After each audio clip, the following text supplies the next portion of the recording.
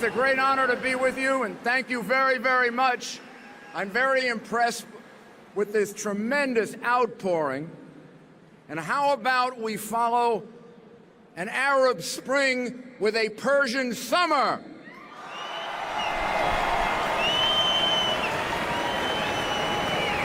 By a regime change in Iran, and by ending Camp Ashraf and removing those people to the United States and to Europe where they can be safe.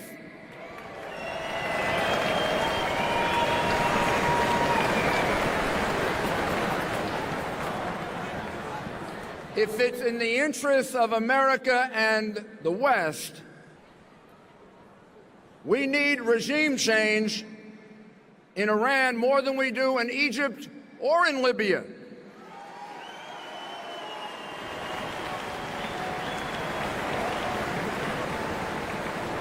And just as much as we need it in Syria.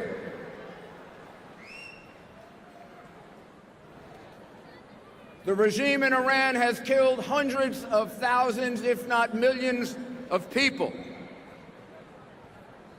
In front of the whole world, they just killed 33 people in Camp Ashraf just on April 8th.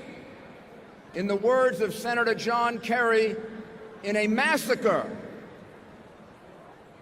And beyond its own borders, the regime in Iran is more dangerous to the United States than Egypt or Libya. They've held hostages.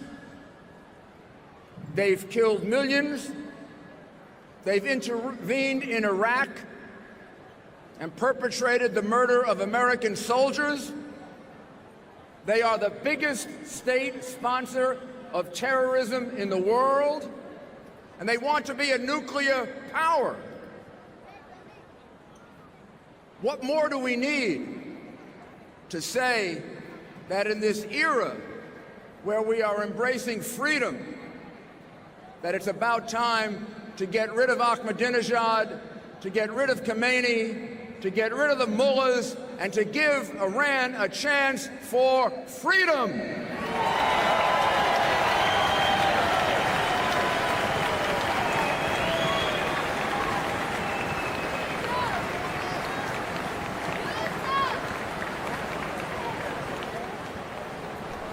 What you support are quintessential American values and ideals. How can it be terrorism to support freedom of religion, freedom for women, a free election, a rule of law, and a nuclear-free Iran? We're on your side, and you're on our side. We're together. Your values are American values.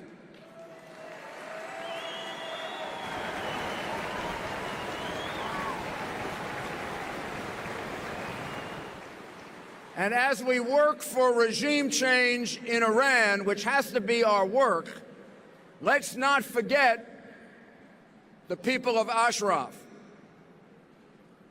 The massacre of April 8th, 2011 is not isolated.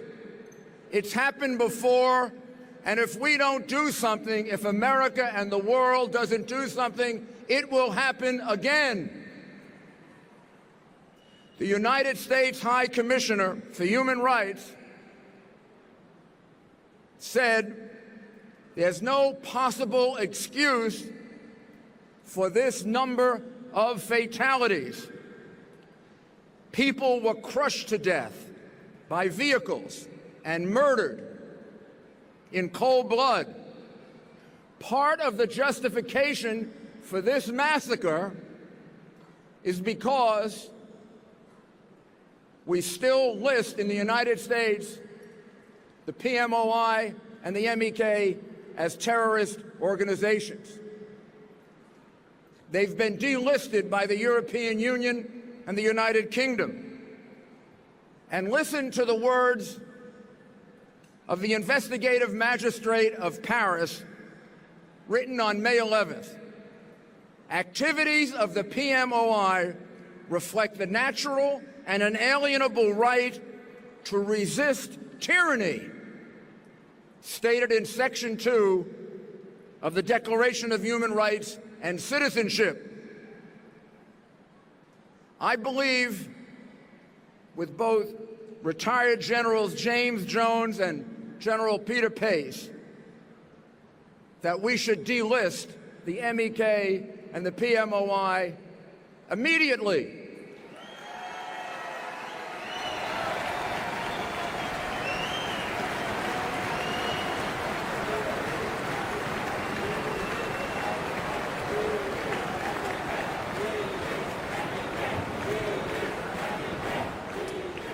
We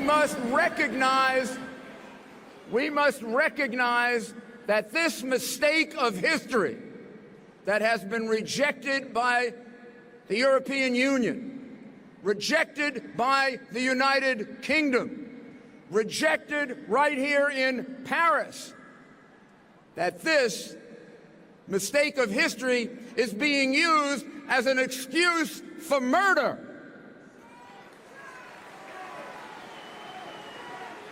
So let's stand together for delisting MEK, for closing Ashraf once and for all, for regime change in Iran, for a free, a democratic, and a decent Iran, one that is nuclear free. We can accomplish that. And when I see the number of people here today, 20,000, 30,000, I know that you will succeed in bringing to your people and to your country what we desire for you: freedom, democracy, and decency. God bless you, and thank you for your sacrifice. My mission as an American has two parts. One sounds easier than focusing world attention, and that is to get my government to accept and act on the simple fact that one direct way to help bring democracy to Iran is to stop obstructing the MEK with the unjust designation of foreign terrorist organization.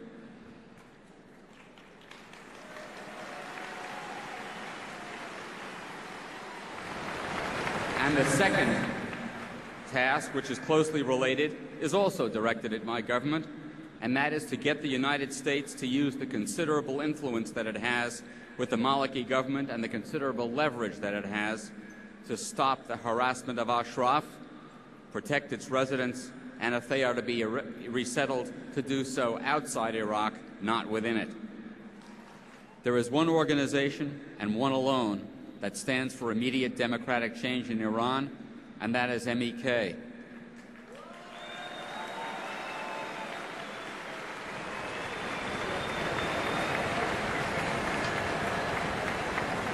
The only way to enable MEK to function is to remove it from the list of foreign terrorist organizations, because that listing not only prevents MEK members from coming to the United States and prevents the organization from raising funds and support in the United States, but it also gives both Iran and Iraq the perfect excuse to mistreat residents of Ashraf, and that is that they are members of a terrorist organization that the United States so designates.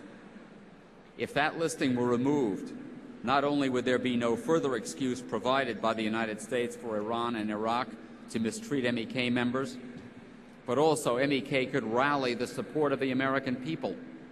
For example, we could allow the American people to see and hear Mrs. Rajavi, whose eloquence and dignity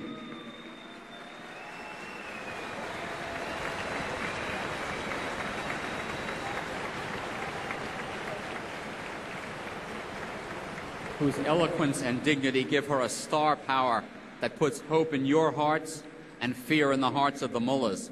That power could be unleashed to do a world of good. It's an extraordinary honor for me and a great privilege for my colleagues from the United States to have the opportunity on several occasions to work with an individual that we believe clearly is one of the most inspirational, great leaders of the 21st century. Viva Maryam!